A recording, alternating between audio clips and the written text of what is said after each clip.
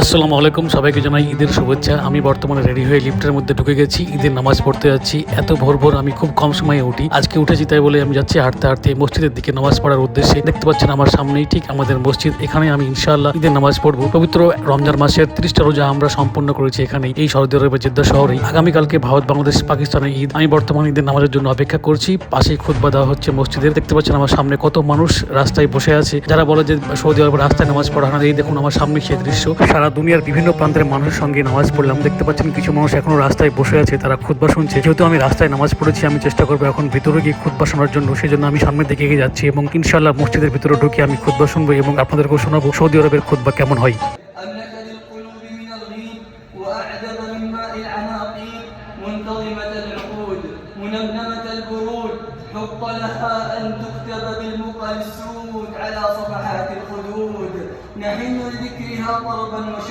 আলহামদুলিল্লাহ আলহামদুলিল্লাহ, এবছরের মতো ঈদুল ফিতরের নামাজ শেষ করলাম সৌদি আরবের জেদ্দা শহরে। এখন আমি আমার রুমে দিকে যাচ্ছি। মসজিদটি আমার বাড়ির মাত্র 1 থেকে 2 মিনিট দূরে। চলে এসেছি আমার বিল্ডিং এর ভিতরে, লিফটের সামনে দেখতে পাচ্ছেন। এই মাত্র আমি লিফটের মধ্যে ঢুকলাম। তো বন্ধুরা, আশা করি আমার এই ব্লগটা আপনাদের ভালো লেগেছে।